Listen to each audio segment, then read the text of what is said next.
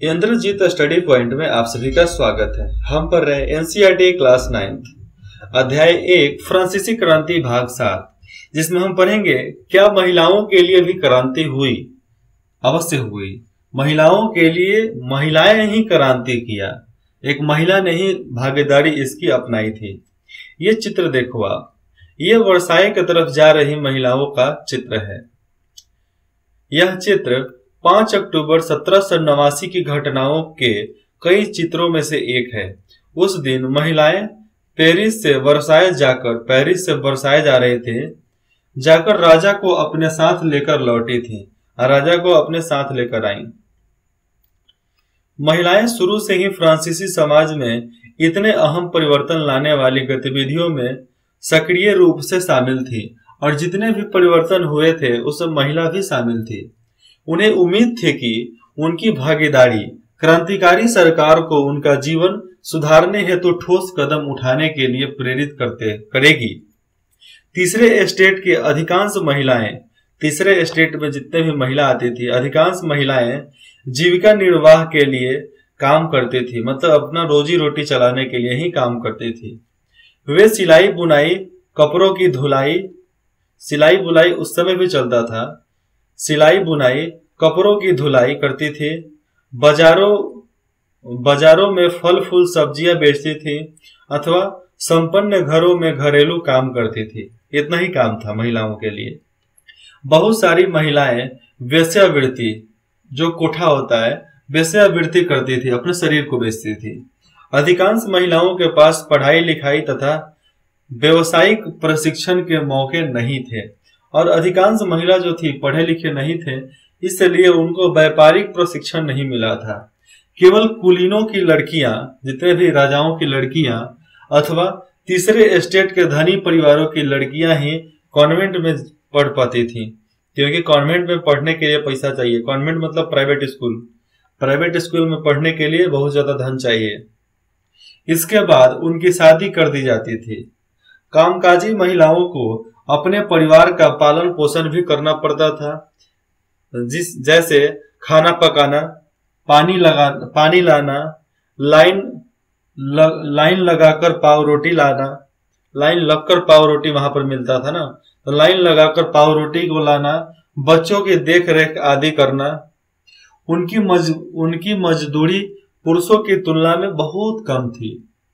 महिलाओं का काम घरेलू काम का तो आप जान ही गए, खाना पकाना, पानी लाना, और पानी बहुत दूर से कुएं से लाना था। लाइन लगाकर पाव रोटी लाना, बच्चों की देख रेख आदि, ये सब उनके दैनिक कार्य थे, रोज की कार्य थी। महिलाओं ने अपने हितों की हिमायत करने और उन पर चर्चा करने के लिए खुद के राजनीतिक क्लब, इनकी राजनीतिक क्लब थी, तो खुद की राजनीतिक क्लब मतलब एक झुंड शुरू किए और अखबार निकाले।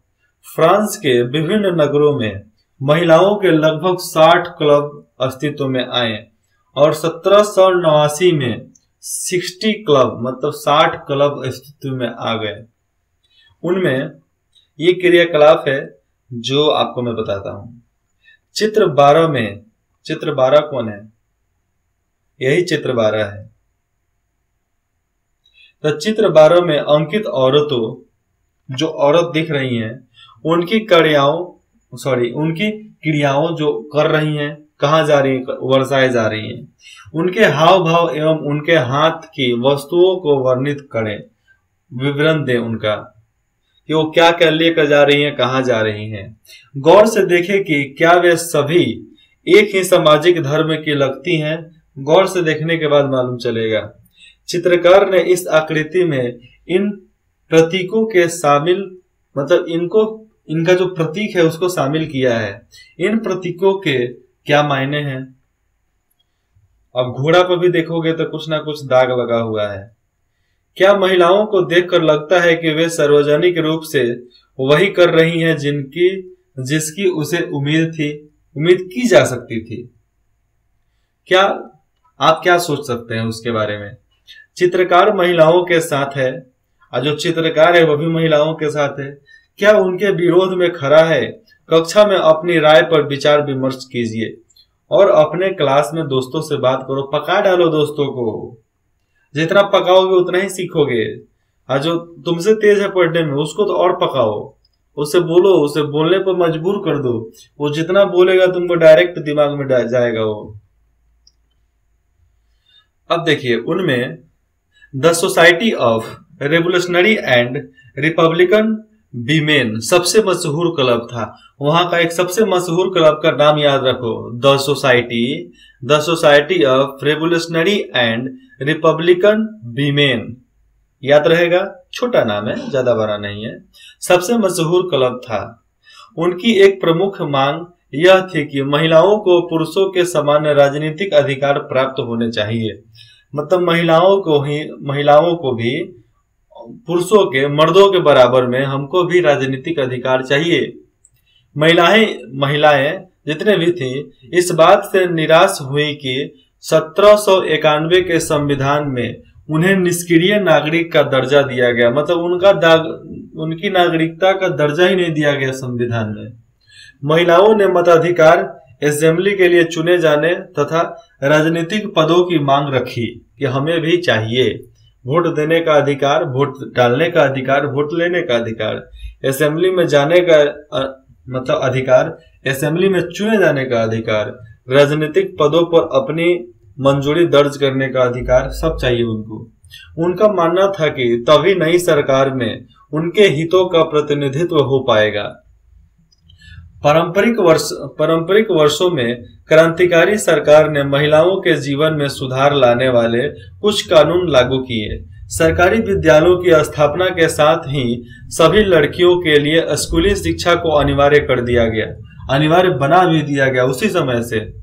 इसीलिए यहाँ की महिलाओं को पढ़ना था तो जाकर अमेरिका पढ़ती थी, रूस पढ़ती थी, फ्रांस पढ़ती थी, स्पेन में जाती थी। अब पिता उन्हें उनकी मर्जी के खिलाफ शादी के लिए बाध्य नहीं कर सकते थे। शादी को शैक्षिक मतलब अपने अनुसार अनुबंध माना गया। जब मन करेगा करेंगे, नहीं मन करेगा नहीं करेंगे। ऐसा ही कौन अकेले ही खराब करें, अकेले ही ठीक है। नागरिक कानूनों के तहत उनका पंजीकरण किया जाने लगा। तलाक को कानूनी रूप दे दिया गया। पहले तलाक इसी तरह तलाक तलाक तलाक तलाक हो गया, अब उसको कानूनी रूप दे दिया गया। और मर्द औरत दोनों को ही इसकी दर्जा दे दी गई। किसको दर्जा मिला? पंजीकरण का दर्जा, और कानूनी रूप से हर किसी को बराबरी का दर्जा मिला, चाहे मर्द हो चाहे औरत।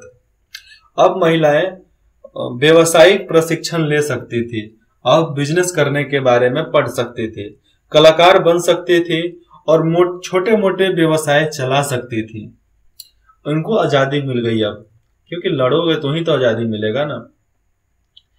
हम जब 9th क्लास में थे तो हमारे जो डायरेक्टर थे वो बोल दिए कि टीचर डे नहीं मनेगा आपकी, एकदम साफ बोल दिए थे टीचर डे नहीं मनेगा। हम लोग बोल दिए थे टीचर डे मनेगा, आप रोक कर दिखा लो। टीचर से चैलेंज था कि आप रोक कर दिखा लो। वो लाख प्रयास कर लिए लेकिन रोक नहीं पाए।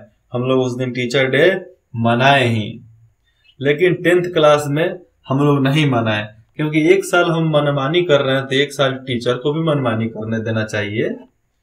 इसमें कोई दिक्कत वाली बात नहीं होती है। फिर भी राजनीतिक अधिकारों के लिए महिलाओं का संघर्ष जारी रहा।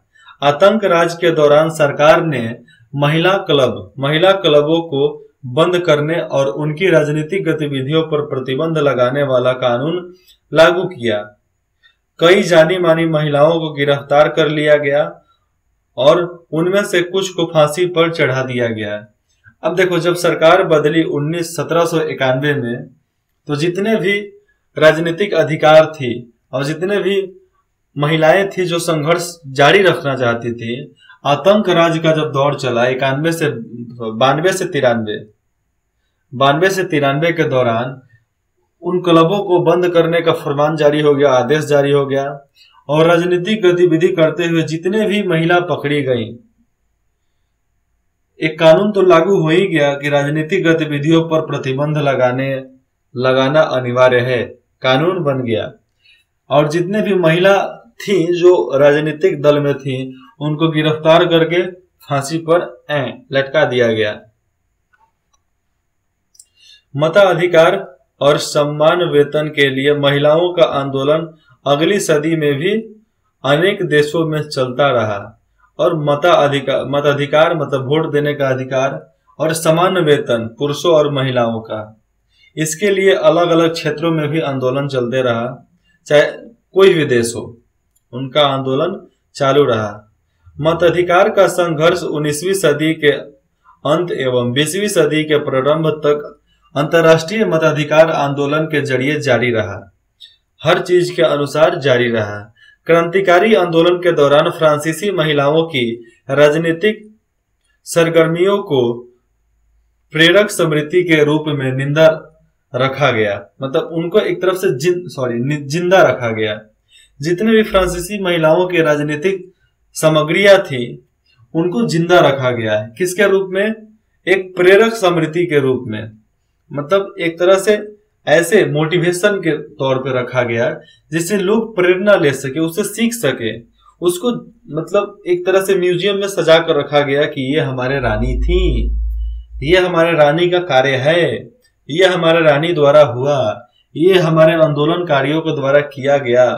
तो वैसे इन सारे अस्तित्व को जिंदा रखा गया, मतलब सजा कर सहेज कर रखा गया।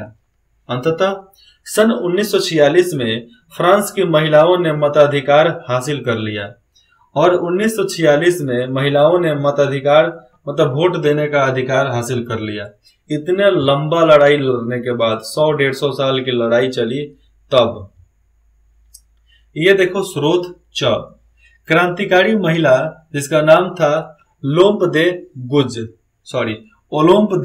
गुज, जिनका जन्म 1748 में हुआ और 1793 में इनको फांसी दे दिया गया। इनका जीवन, ओलोम्प दे गुज क्रांतिकालीन फ्रांस की राजनीतिक रूप से सक्रिय महिलाओं में से महत्वपूर्ण थी। उन्होंने संविधान तथा पुरुषों एवं नागरिक अधिकार घोषणा पत्र का विरोध किया, क्योंकि उसमें महिलाओं को मानव मात्र के मूलभूत अधिकारों से वंचित रखा गया था। इसलिए उन्होंने सन 1791 में महिला एवं नागरिक अधिकार घोषणा पत्र तैयार किया, जिसे महारानी और नेशनल असेंबली के सदस्यों के पास यह मांग करते हुए भेजा कि इस पर कार्रवाई की जाए। सन 1793 में ओलंप दे गुज ने महिला क्लबों को जबरदस्ती बंद कर दिया गया और इनको ओलंप दे गुज, इनकी क्लब और महिलाओं के क्लब को जबरदस्ती बंद कर दिया गया। कर देने का जैकोबिन सरकार की आलोचना की। अब देखो ये लोग क्या किए, बंद कर देने के लिए जैकोबिन सरकार की आलोचना की, मतलब जो सरकार इनको बोला कि भाई आपका सारा क्लब आज से बंद कर दिया जाएगा, उनकी आलोचना किया। ये लोग, ये औरतें आलोचना की है उन पर नेशनल कन्वेंशन द्वारा। नेशनल कन्वेंशन मतलब देशद्रोह। देशद्रोह मतलब क्या? अपने देश में बगावत या अपने देश के साथ गद्दारी। तो देशद्रोह का मुकदमा चलाया गया। इसके तुरंत बाद उन्हें फांसी पर लटका दिया गया और यहाँ पर इनकी कहानी खत्म होती है। अब स्रोत 6, ओलंप दे गुज के घोषणा पत्र में उल्लिखित कुछ मूलभूत अधिकार, जिसमें 1 नंबर देखो, औरत जन्मना स्वतंत्र है और अधिकारों में पुरुषों के समान है। औरत जन्म से ही आजाद है और पुरुषों के बराबर है। पुरुषों के बराबर क्या, पुरुषों से कई गुना ज्यादा औरतें होती हैं शक्तिशाली, क्योंकि ऐसे पुरुष को जन्म ही औरत देती है। तो जो औरत किसी पुरुष को जन्म दे सकती है वह किसी पुरुष से कमजोर कैसे है। 2 नंबर, सभी राजनीतिक संगठनों का लक्ष्य पुरुष एवं महिलाओं के नैसर्गिक अधिकारों को संरक्षित करना है। यह अधिकार है स्वतंत्रता, संपत्ति, सुरक्षा और सबसे बढ़कर शोषण के प्रतिरोध का अधिकार। इसका हमें आजादी चाहिए, संपत्ति की सुरक्षा और संपत्ति सुरक्षा भी चाहिए, सबसे बढ़कर शोषण से बचने के लिए प्रतिरोध का अधिकार भी चाहिए हमें बचने का। 3 नंबर, समग्र संप्रभुता, का स्रोत राष्ट्र में निहित है, जो पुरुषों एवं महिलाओं के संग के सिवाय कुछ नहीं है। 4 नंबर, कानून सामान्य इच्छा की अभिव्यक्ति होने चाहिए, उनके अभिव्यक्ति होनी चाहिए। सभी महिला एवं पुरुष नागरिकों का या तो व्यक्तिगत रूप से या अपने व्यक्तिगत प्रतिनिधियों के माध्यम से विधि निर्माण में दखल होना चाहिए। हर किसी में महिलाओं का भी दखल होना चाहिए। जो भी चीज हो, कोई भी प्रतिनिधि हो, चाहे कोई भी, आप कुछ भी करो, हमारी अधिकारी चाहिए, हम भी उसमें निर्णय ले सके, उतना दखल चाहिए। यह सभी के लिए सामान्य होना चाहिए। सभी महिला एवं पुरुष नागरिक अपने योग्यता एवं प्रतिभा के बल पर सामान्य रूप से एवं बिना किसी भेदभाव के हर तरह के सम्मान और सार्वजनिक पद के हकदार हैं। 5 नंबर, कोई भी महिला अपवाद नहीं है। कोई भी महिला अपवाद नहीं है, मतलब बंटवारा का हिस्सा नहीं है। महिलाओं को नहीं बांटा जा सकता। अपवाद मतलब होता है बांटना, एक जगह से दूसरे धारे में बदल जाना। अब देखो, महिलाओं को अपने अनुसार चलाया जाता था। पैदा लेगा तो बाप बोलेगा हाई करो, हाउ करो, हाई करो, हाई करो, ना करो, का करो, कुछ करो। फिर शादी हो जाएगा, पति बोलेगा ये करो, ये मत करो, हाई करो, ये करो, वो करो, ये चलता रहेगा। उसके बाद जब बेटा हो जाएगा, बेटा भी बोलेगा माँ ये मत करो, वो मत करो, हाई जाओ, इधर जाओ, उधर जाओ। ये सब चलते रहता है, ये सब फालतू की बातें हैं। ठीक है। वह विधि सम्मत प्रक्रिया द्वारा अपराधी ठहराई जा सकती है, गिरफ्तार और नजरबंद की जा सकती है। महिलाओं को गिरफ्तार और नजरबंद किया जाता ही है। पुरुषों की तरह महिलाएं भी इस कठोर कानून का पालन करें और पुरुषों की तरह महिलाएं भी इस कठोर कानून का पालन करें और करने के लिए तैयार भी है। चित्र नीचे देख सकते हो आप। आगे पुरुष है तो बीच में महिला भी है, उसके पीछे पुरुष है। देखो, ये सब समानता का अधिकार इनको मिला था। सबसे आगे हाथ चलाने वाले महिलाएं ही हैं। देखो किस तरह गला पकड़ लिया जा रहा है तुरंत। यहाँ पर है बेकरी की दुकान पर कतार में महिलाएं, और ये बेकरी की दुकान पर वहां पर महिलाएं लाइन लगी हुई हैं।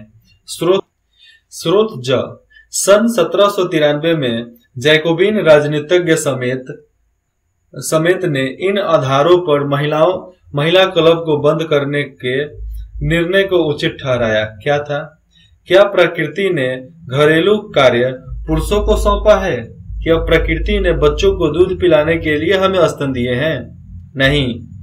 प्रकृति ने पुरुष से कहा पुरुष बनो, शिकार करो, कृषि खेती बाड़ी करो, राजनीतिक कर्तव्यों को निभाओ, यह तुम्हारा साम्राज्य है। प्रकृति ने महिलाओं से कहा स्त्री बनो, गृहस्थी के काम करो, मातृत्व के सुख के दायित्वों को पूरा करो, यही तुम्हारी कार्य है। पुरुष बनने की इच्छा रखने वाली महिलाएं निर्लज हैं, ये उनका कहना था, जैकोबिन का। जो राजा था, ये जैकोबिन जो राजा था उनका यही कहना था कि पुरुष बनने वाले जितने भी महिला हैं उनको निर्लज हैं। क्या जिम्मेवारियों का उचित बंटवारा हो नहीं चुका है? नहीं हो चुका है, क्योंकि एक को निर्लज बोल दो, एक को निर्लज नहीं बोलो तो ये बंटवारा नहीं है, ये गद्दारी है, ये गलत फैसला है। क्रियाकलाप। कल्पना करें कि आप चित्र 13 की कोई महिला है और समेत के तर्क का जवाब दे, मतलब इसके तर्क का जवाब देना है सुमेत के। अब 13 की महिला, तो चित्र 13, इसमें से आप एक महिला हैं। अब बताओ कि आपको मारा जाए तो आप क्या करोगे? लाइन में लगे हो, मारा जाए तो क्या करोगे? क्या करना चाहते हो? इसके बारे में दिमाग में सोचो, बहस करो, क्लास में बोलो, अपने दोस्तों के सामने। एकदम पद बढ़ता है ना अपना, जितना बोलोगे उतना ही तुम्हारे लिए फायदा है। इसके अगले भाग में हम पढ़ेंगे दास प्रथा। अब दास प्रथा क्या है? दास प्रथा मतलब गुलामी की प्रथा को खत्म करना। अगर आपको कुछ भी ऊपर डाउट हो, दिक्कत हो, तो आप कमेंट में पूछ सकते हैं। कमेंट में पूछने के बाद आपको विदिन 24 आवर में आपको इन्फॉर्मेशन दे दिया जाएगा और जो भी डाउट हो आपको क्लियर कर दिया जाएगा वहां पे। अब देखिए आगे पढ़ेंगे दास प्रथा। पहले दास प्रथा होता था, जिसमें मतलब लोगों को खरीद लिया जाता था, गुलाम, बंधुआ मजदूर भी उसको बोलते थे। और दास प्रथा मतलब एक सेवक भी होता है, जिसके बारे में हम अगले भाग में डिटेल्स में बताते हैं। इंद्रजीत स्टडी पॉइंट में जुड़ने के लिए आप सभी का बहुत बहुत धन्यवाद।